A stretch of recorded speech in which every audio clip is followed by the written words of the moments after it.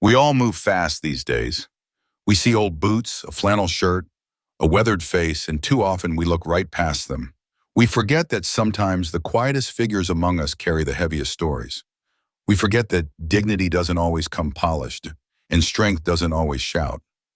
Sometimes it walks into a car lot with nothing but calloused hands, a worn cap, and a memory that still burns under the skin. This is the story of a man who didn't need a spotlight to shine, a truck that remembered what others forgot, in the kind of respect that doesn't get handed out. It gets earned over decades in silence, in steel, and in sacrifice.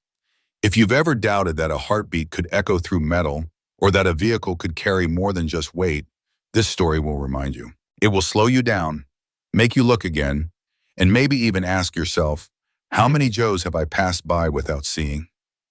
The lot, moving slow and steady like a man who didn't care to impress, only to endure. He walked past the chrome giants, the shiny toys with digital guts and showroom smiles.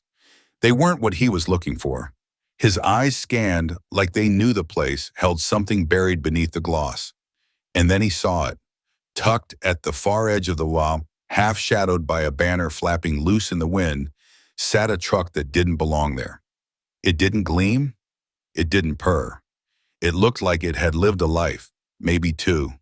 A 1980 Chevy K20, same make and model as the one that had just died on him, same rust-colored trim, same boxy shoulders like it had been carved from steel and grit. Joe stepped up to it without hesitation. His fingers reached out, calloused and cracked, brushing against the hood like he was greeting an old war body.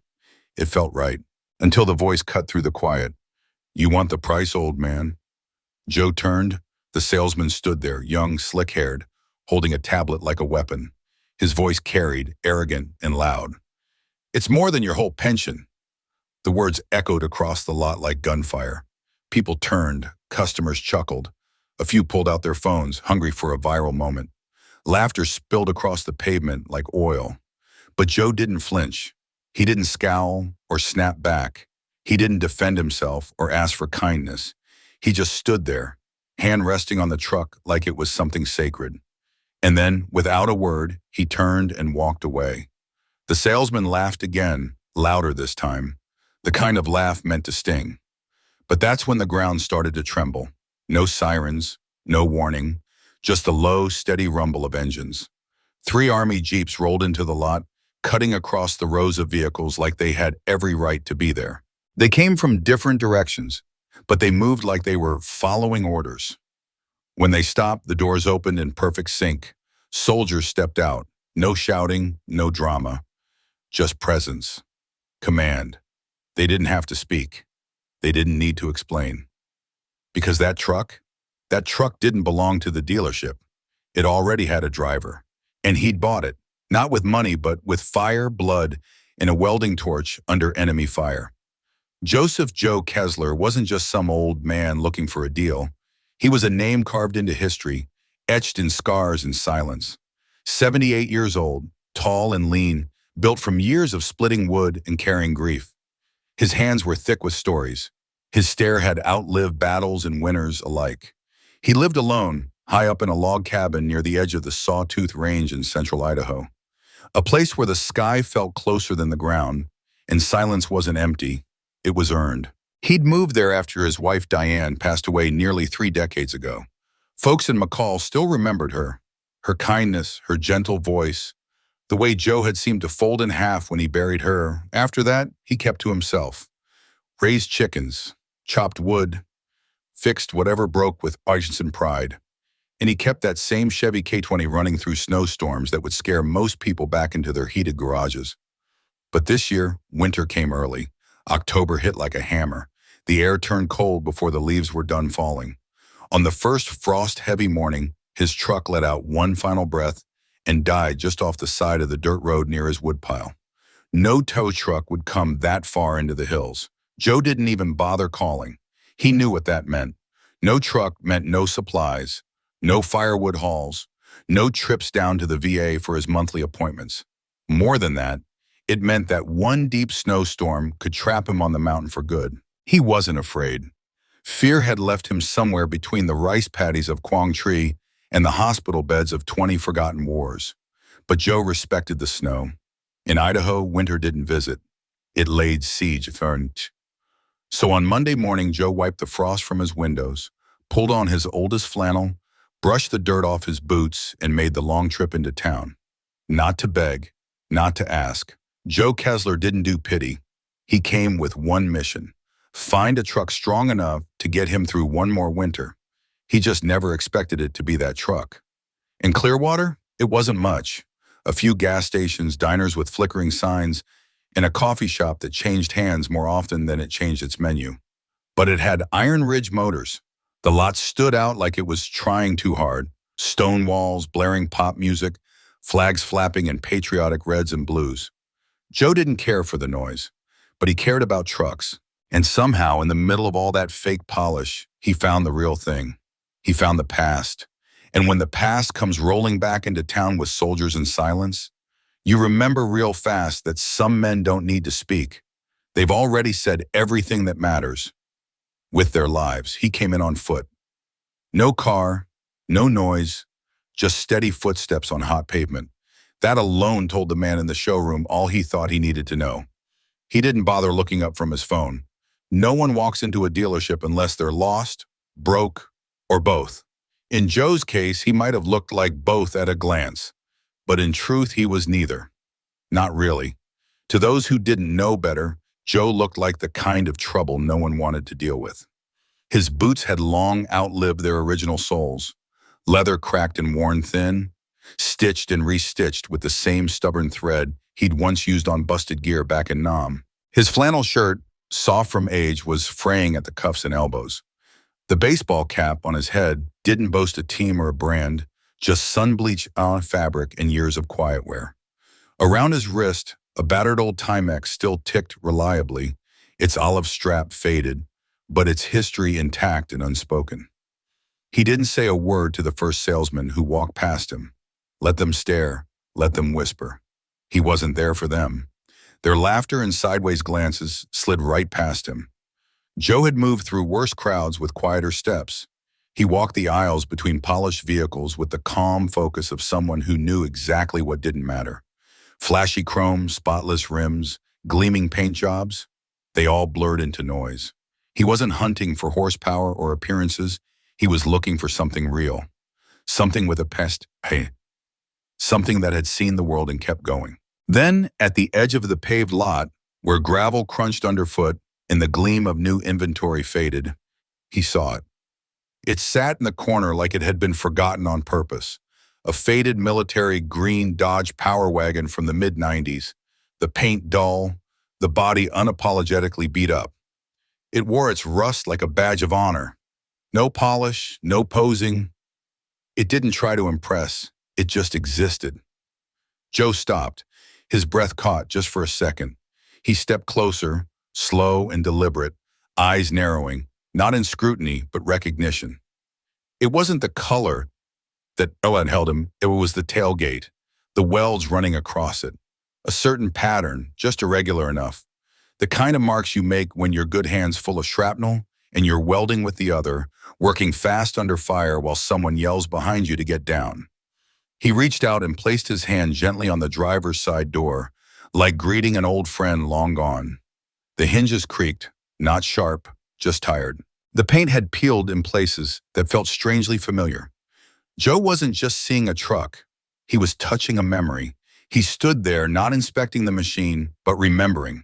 His fingers moved along the front fender, pausing at a dent near the corner. He didn't have to wonder about it. That wasn't from a collision. That was shrapnel. Or maybe the aftermath of some field-rigged solution that didn't quite go right. A quiet half-smile tugged at the edge of his mouth. Subtle but unmistakable. The kind of smile that only lives in the faces of men who've lived through impossible odds and walked away with more than just scars. That's when the voice cut through the stillness. You want the price, old man? It's more than your whole pension. The words snapped through the lot like a slap, sharp, loud, intentional. A couple nearby turned to watch. A young salesman strode toward him, smug confidence in every step. Tablet in hand, smile too white, hair styled like a man who spent more time in mirrors than in the field. His laugh came easy, sharp, and mean, like he couldn't wait to be overheard. He jerked his thumb toward the truck like it was a punchline waiting for a laugh. "More than your pension," he repeated, proud of himself. From across the lot, a chuckle drifted from a family leaning against an SUV. One of the kids, barely old enough to shave, pulled out his phone like he was about to film something funny. There was a feeling in the air, that cheap, electric energy people get when they think they're about to witness someone weaker crumble. They were waiting for the old man to get embarrassed, to sputter, to explain, to beg. But Joe didn't flinch. He didn't say a word, didn't even glance at the salesman. His hand stayed on the truck, slid gently down the hood, fingertips trailing across the warmth of sun-soaked metal, as if he was smoothing it out. As if he could quiet the laughter just by touching something that had survived more than any of them ever would. Joe didn't hear the salesman anymore. The kid's voice, the noise of the lot, the dry Idaho heat, all of it faded like static from a broken radio. Because Joe wasn't really standing there, not in that present moment. His body was, maybe, but his mind had been pulled somewhere far away, somewhere blistering, with air thick as soup, and every breath laced with tension. A place where dust clung to your skin like memory, and laughter wasn't for dents, it was for survival. Where metal got scarred not by accidents, but by ambushes. Where every patch of rust or dented corner meant you'd made it out alive. The salesman faltered, took half a step back. Joe's silence wasn't just silence, it had weight. It unsettled people like him. The kid tried to recover. "Well," he said, stretching the word like it could cover the awkward gap. But even he knew the sharpness in his tone was gone, blunted. Joe didn't say a word, didn't need to, just gave a small nod toward the truck like he was sharing something sacred. A quiet truth meant only for him and that old hunk of steel. Something the kid, for all his bravado, could never hope to grasp. Then Joe turned, but not away entirely. Not yet. He drifted toward the tailgate, fingers reaching out as if by instinct. They brushed along the surface, following seams so faint most eyes wouldn't notice. The welds were messy, uneven, crude, but to Joe they were perfect. They weren't mistakes. They were signatures, proof of hands that shook but never stopped working.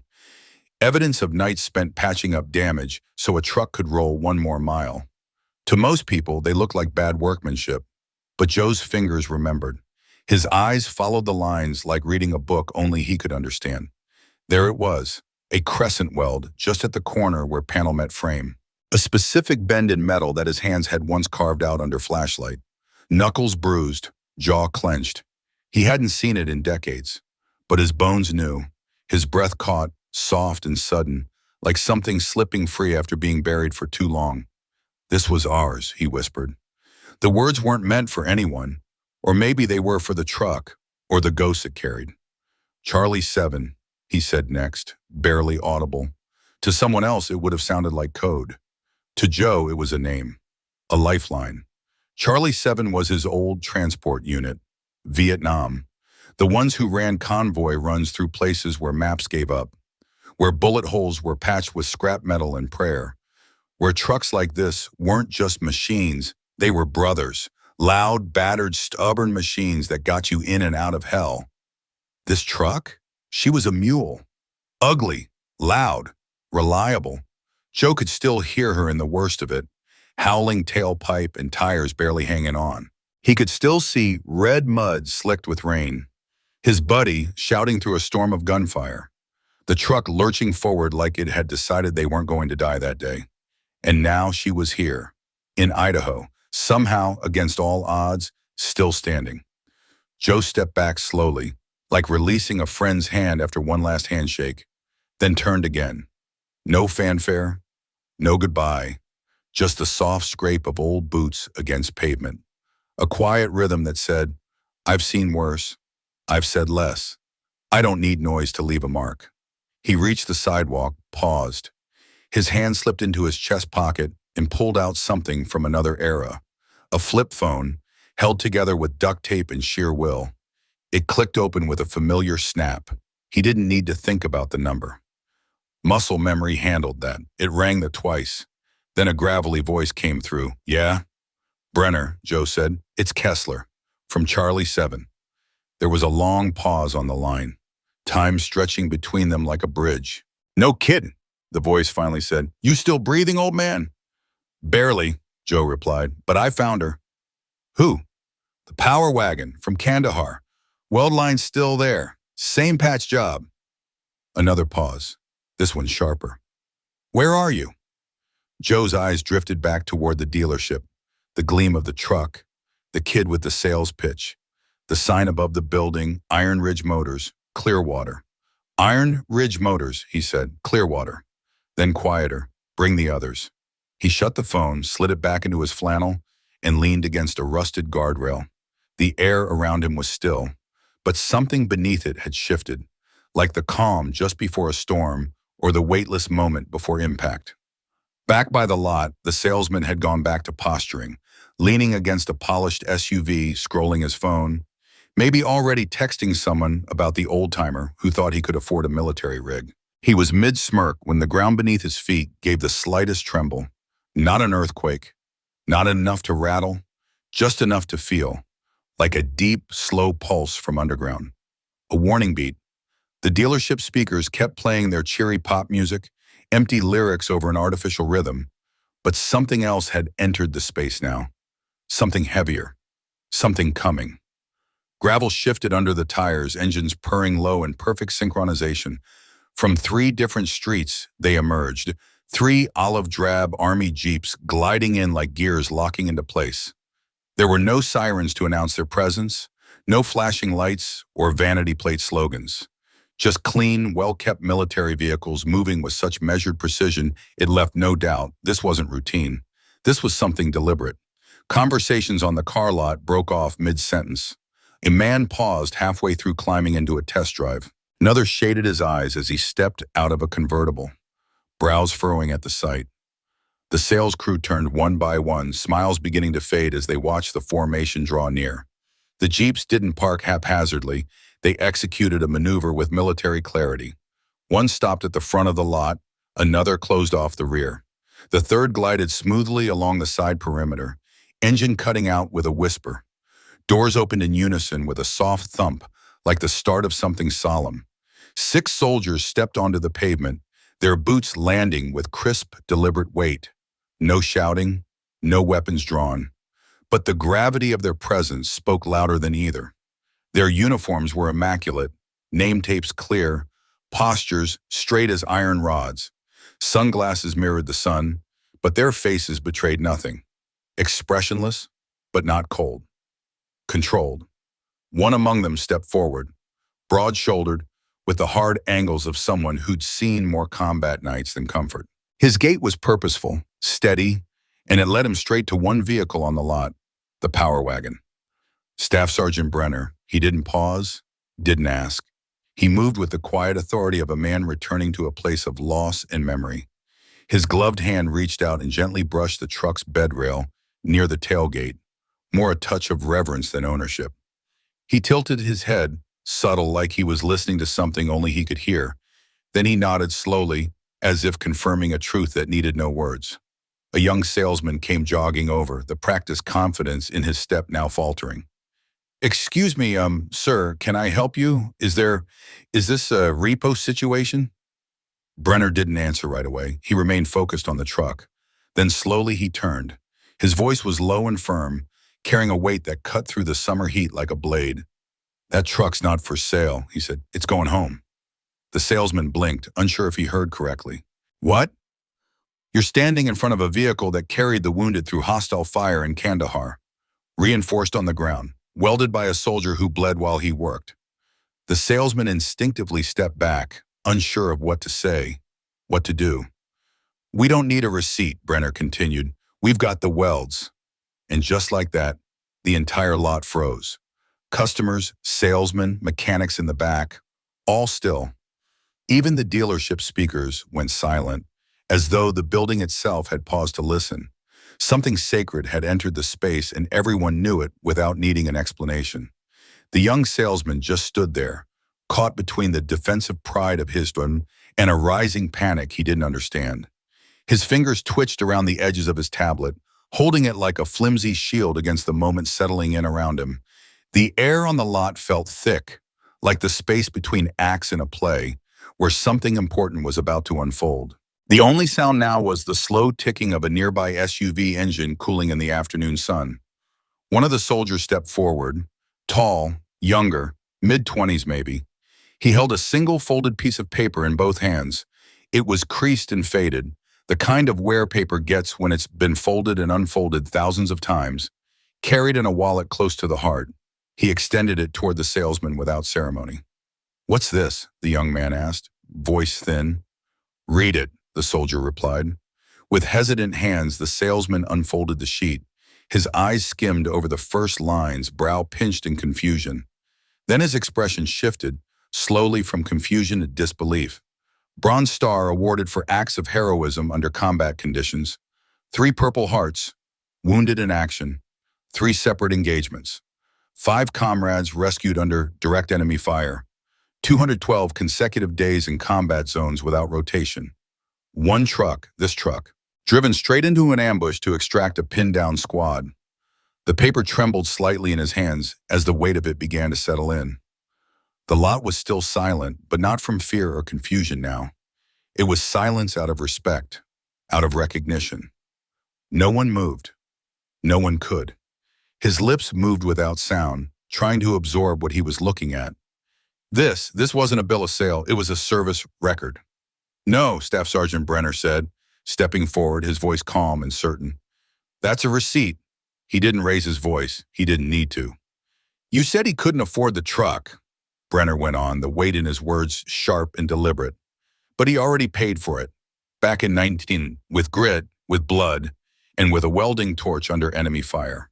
While others were scrambling just to survive, he was trying to keep that truck going because that truck," he nodded toward it, "was the only way out." The salesman's throat tightened. I didn't know." "No," Brenner said with a tone that felt final. "You didn't ask." There was no anger in Brenner's voice, only disappointment. "You looked at his boots and assumed poverty. You looked at his aim and assumed weakness. But you didn't see him. You didn't see what he carried. The years, the miles, the weight." A hush fell over the lot, heavy as snowfall. The other salesmen had stopped pretending to stay busy. A young family who'd been out test driving a compact SUV had returned to the lot and now stood silently nearby, watching. An older couple by the service center held hands, their fingers trembling slightly, as if suddenly remembering something they hadn't spoken of in years. Brenner turned toward the truck. The old power wagon sitting there like a quiet sentinel. "This vehicle," he said, voice steady, "was never yours to sell. Not really. You were just holding on to it until it could find its way home." The paper in the salesman's hand trembled, the edges fluttering like a white flag. He slowly folded it back down. The words weren't poetic. They were plain, but they carried weight, more than the lot full of chrome around them. "Some debts," Brenner said, "don't come with interest rates or finance plans. Some are paid in full long before the rest of the world ever understands what they're worth." And Joe Kessler, who still hadn't returned to the lot, had already paid it all, every cent, every scar. The air settled into a kind of reverent stillness. And then, like a memory rising from the past, the soft hum of tires on pavement returned. It wasn't loud or dramatic, just steady, rhythmic. A dark green Jeep rounded the corner and pulled to a gentle stop in front of Iron Ridge Motors. The back door opened. Joe Kessler stepped out. No one spoke. No one needed to. He moved like something elemental, like a slow, cold wind rolling off a ridge, solid, unshakable, timeless. The weight of his steps echoed lightly on the asphalt. The lot, silent as church, watched without blinking. No more confusion, no more mockery, only understanding. He passed the rows of polished showroom glass, glinting cars that had never known dirt or war. Walked through the silent crowd, the still air parting around him like he belonged to another era entirely. And then he stopped. In front of the truck. The old power wagon stood quiet, its body dented, its paint faded, weathered and worn just like the man who once welded it back to life under fire and smoke and swear. Brenner stepped forward. He stood at attention. The way he straightened himself sliced through the silence like a blade. Then slowly, with the precision of memory and honor, he raised his hand to his brow. A salute, sharp, perfect, and clean. "Sir," he said, voice hushed, reverent, "you welded her together outside Daying." She remembered. Joe didn't blink. His eyes stayed fixed on the welded seam. A slight nod passed between the two men, barely there, but unmistakable. He didn't return the salute. He didn't need to. Respect doesn't always mirror itself. It just stands. Joe reached for the handle. The metal was warm under his hand from the sun's afternoon heat, but it felt right, like gripping the hand of a brother you hadn't seen in decades, but never forgot. The door creaked open, not in protest, in age, in truth, in memory.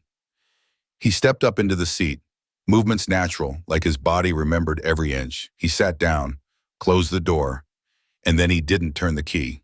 He didn't grip the wheel like a man about to drive into the sunset. He just sat.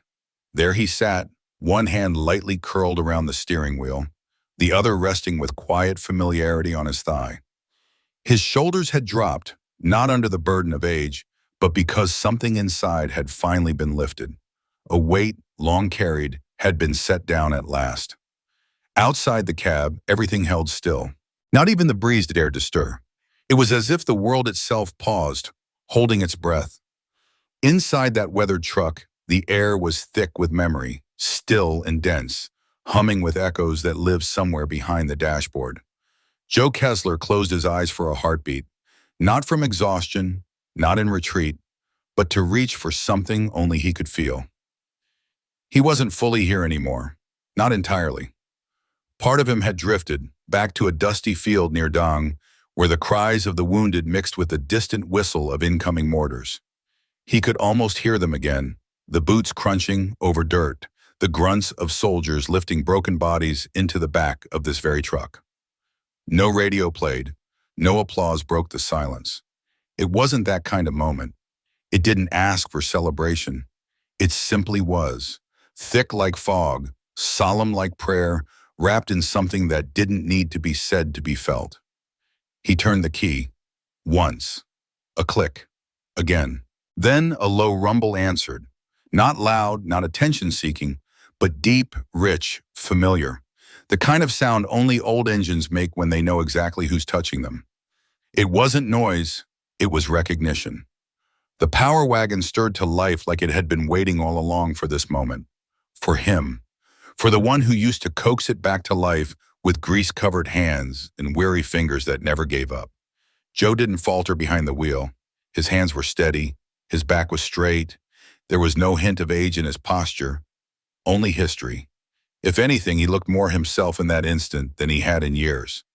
A quiet strength sat on his shoulders, wrapped in an old flannel shirt that had outlasted more winters than it should have, and survived one more summer than anyone thought it could. He leaned his arm out the open window, his head turning slow and deliberate toward the salesman, who now stood frozen several feet back. The arrogance that once clung to the young man had melted away, replaced with a kind of stunned reverence. His shoulders were rigid, not with pride, but with shame and something bordering awe. "Keys," Joe said. Calm, even, a statement, not a demand. The young man didn't speak. Couldn't. Humbled beyond words, he reached into his pocket, his hand trembling slightly, and pulled out the ring of keys. He stepped forward, not with swagger, but with intention. No jokes, no comments, just silence and purpose. He stopped at the window and held out the keys. Joe took them with a simple nod. No thanks, no dramatics, just a mutual understanding. All around, the lot remained quiet. No clapping, no cameras, no phones raised for a selfie. Only the subtle shuffling of feet as people instinctively stepped back, as if something sacred was unfolding. Even the soldiers lined up near the jeeps didn't move. They stood still, eyes forward, heads slightly dipped. They didn't have to ask, they knew. They recognized what this was. This wasn't a sale. This was a return earned not with dollars, but with blood and heat and years that no receipt could ever reflect. Later that night, long after the sun had slipped behind the ridges and the lot sat empty under a darkening sky, Iron Ridge Motors made a quiet change. No ad campaign, no flashing banner, just one small update on the website. The Power Wagon had disappeared from the listings. In its place was a single line. This vehicle returned home today. It chose its driver. No hashtags, no PR spin, just a line. Quiet, measured, true. Someone took a screenshot, and that one image traveled. By morning, it appeared in a veterans forum. By noon, it had made its way into a Facebook group for the 117th Transportation Battalion. The caption beneath it was simple: "She found her way back." By evening, the story had gone further than anyone at the dealership could have ever imagined. Not because it was flashy, not because it was loud, but because it held something real. Because dignity speaks louder than spectacle. Because when something finds its way back to the hands that once kept it alive, you don't need headlines. You just need silence and respect. And by the time the next morning came, the dealership still didn't know what to say. It all started with something small, barely noticeable at first. Just one image, a screenshot shared quietly inside a private Facebook group for Army transport veterans. Nothing dramatic, just a simple dealership webpage with a truck listing, no photos, just a brief, almost whispered caption: "This vehicle returned home today." It chose its driver. That single post cracked open a floodgate. One comment had appeared beneath it: "Charlie 7, that's Joe Kessler's rig, isn't it?" Recognition flickered, and then the memories roared to life. Familiar names began to surface. Men who had served across generations and continents: Vietnam, Kuwait, Kandahar. Soldiers who hadn't spoken in years suddenly remembered not just a man, but a machine. An old power wagon with its dented driver's seat door and that strange weld seam, the one that curved under the passenger side like a question mark, shaped by shrapnel and survival. Within hours, the post transformed into a shrine. Dozens of photos poured in, weathered by time and light, faded, grainy, many scanned from decades-old film rolls. There was Joe in uniform, crouched beside the rig with a wrench in hand, a streak of grease cutting across his cheek like war paint. In another, the truck sat half-covered under a worn tarp, its bed stacked high with sandbags. But the image that made people stop in their tracks was different. Joe, under a moonless sky, welding by flashlight. The truck's tailgate balanced on ammo crates. You could just make out the blurred outlines of mortar fire streaking across the distant background. One retired sergeant left a comment: "That weld right there, that's what we used to call Kessler stitching." Said it could hold a whole convoy together with nothing but duct tape and sheer stubbornness. The post didn't just go viral, it erupted.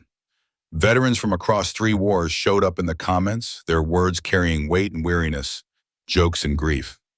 Some left stories, some left gratitude, some just left tears.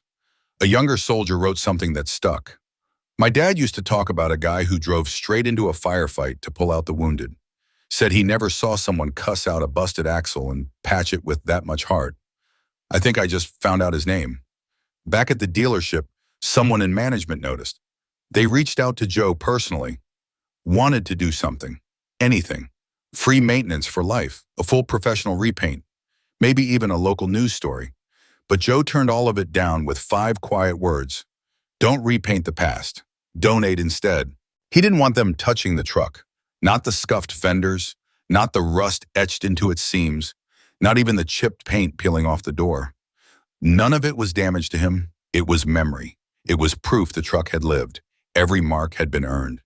He made one request: take the money they'd planned to spend on cosmetic fixes and give it to the local VA hospital's transportation fund, the same fund that got aging veterans to their medical appointments when they could no longer drive themselves. The dealership didn't make a scene about it. No press, no oversized check, just action. And that quiet act bought new tires for the VA van, covered fuel for an entire winter, helped 3 older vets get to physical therapy appointments they had otherwise have missed. Joe never bragged about it, never posted online. He told no one except Brenner and the handful of soldiers who'd stood beside him years ago. But somehow the story still moved. Like wind carrying smoke, it slipped through forums, passed from veteran to veteran, whispered like a prayer with grit in its teeth. Not because it made anyone famous, but because it mattered. And long after Joe had returned to his quiet life in that weathered cabin tucked high in the Idaho hills, his story was already in motion, rolling forward on four sun-bleached tires, echoing through counties, across generations, in the minds of those who understood that not every hero wears a uniform. Some just never take the key off their chain.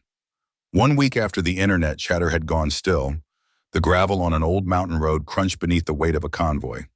3 jeeps, no fanfare, no ceremony, just soldiers. They showed up because they knew when one of your own gives everything, you don't let him face the cold alone. They arrived at Joe Kessler's cabin just after sunrise. The place was exactly as they had pictured it all those years, like a memory they'd never let go of. A small log home nestled in a quiet clearing, surrounded by towering pine and birch, the forest pressing close like an old friend come to sit beside you in silence. Smoke curled slowly from the chimney, rising into the pale morning air in no particular hurry. A rusted axe leaned against a worn stump, the blade dulled by time but still upright, as if it too had stood sentinel through the years. The old power wagon sat beneath a weather-beaten lean-to, its green paint faded and dulled by sun and storms.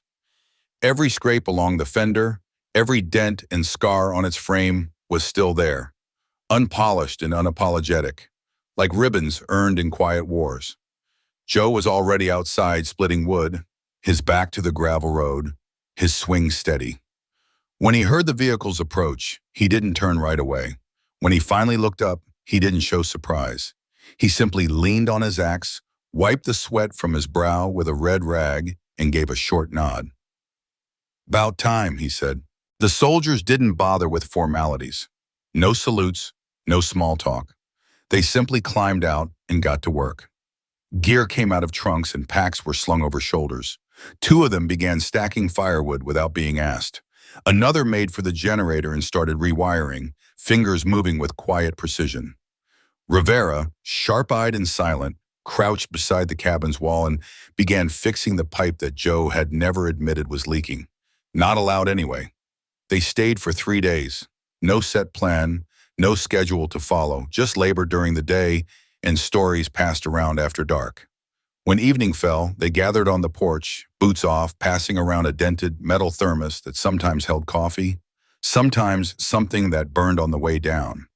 They watched the sun dip behind the ridgeline in a hush, listening to the crackle of pine logs in the stove and the easy rhythm of breathing among men who didn't need to fill every space with words. Sometimes the war came up. Most of the time it didn't. More often the silence did the talking. The kind of silence that wasn't empty, but full. Full of understanding. Full of the things they'd all carried home and tried to set down but never really could. And in those silences, there was peace. On one of those mornings when frost still dusted the pine needles and the roof creaked quietly in the warming light, Joe stepped outside to find something taped to the tailgate of the power wagon. It was a piece of torn cardboard, rough at the edges, the handwriting bold and thick in black marker. "This truck doesn't run on gas. It runs on memory."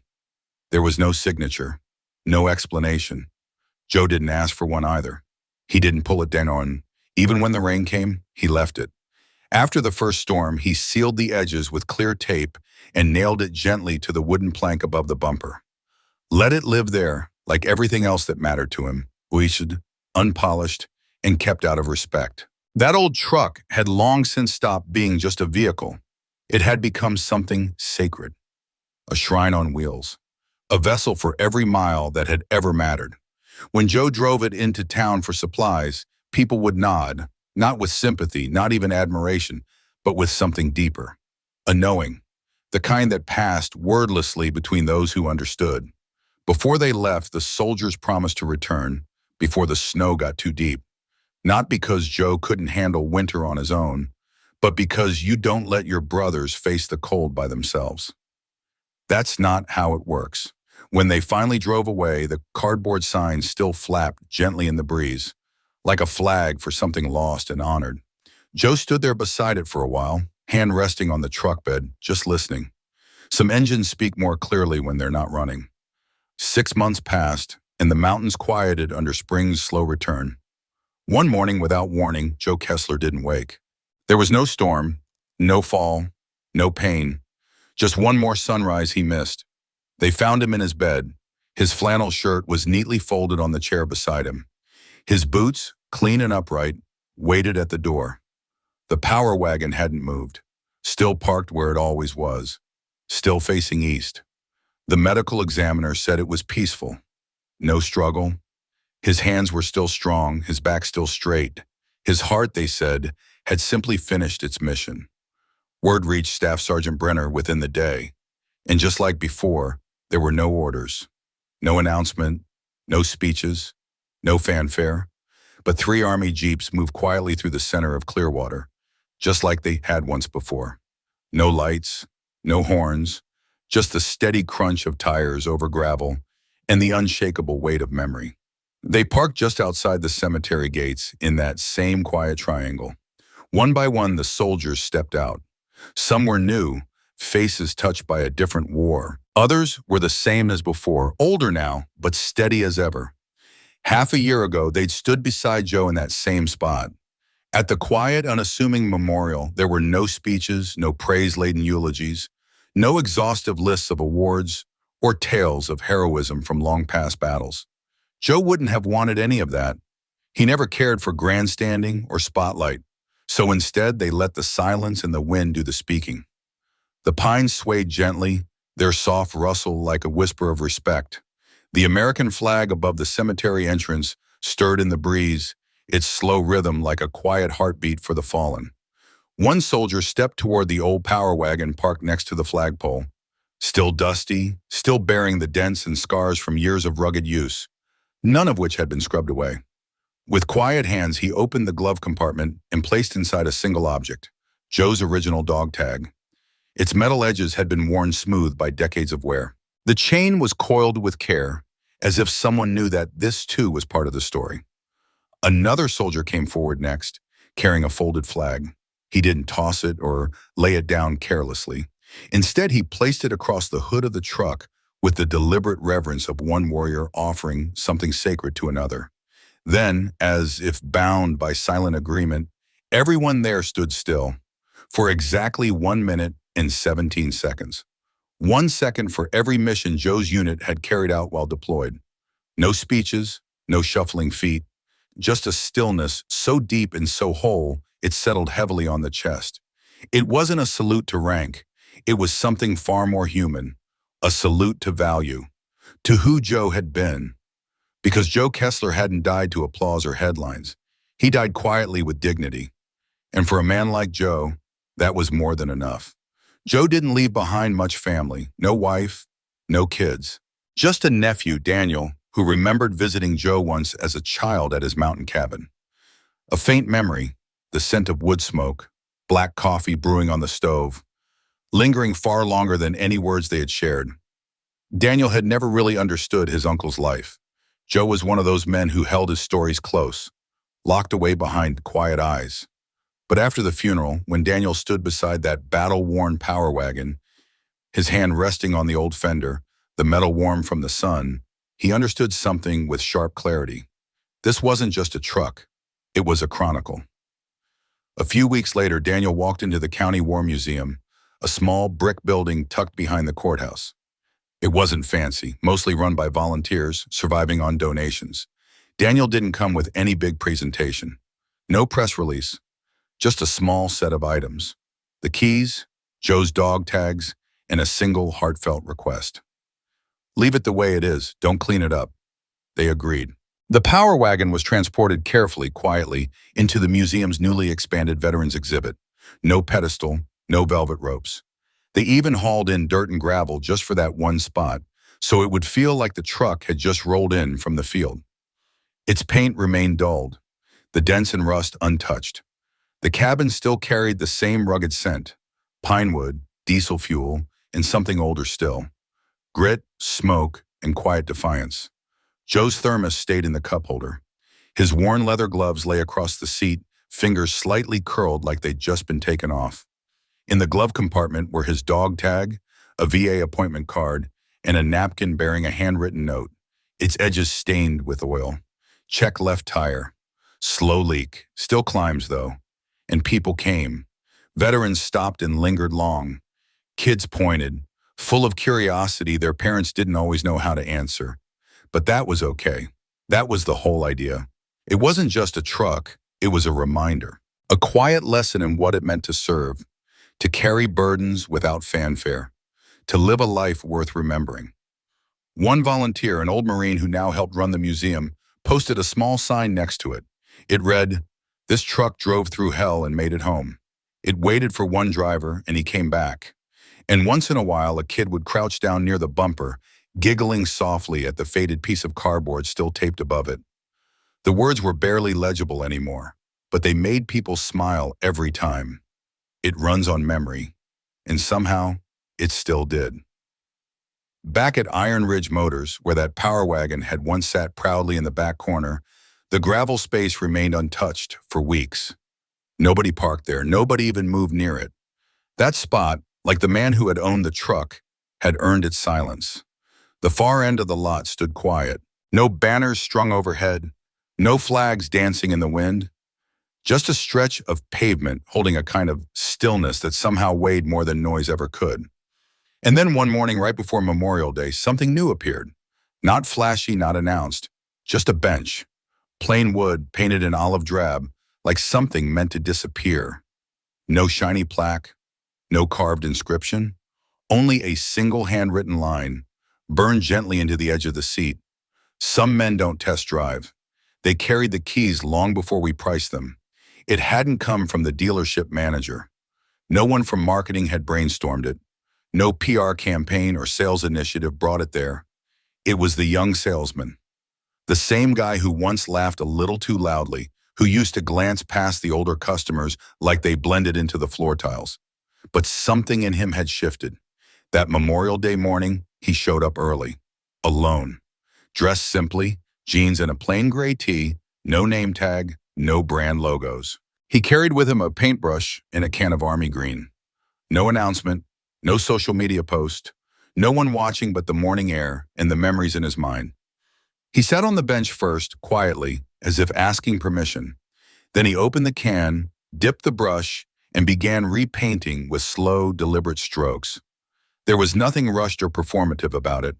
Every movement felt personal, like an offering or maybe a form of penance or reverence. When he finished, he set the brush down, wiped his hands on an old rag he'd stuffed in his back pocket, and sat again for a minute longer. He didn't linger. He didn't speak.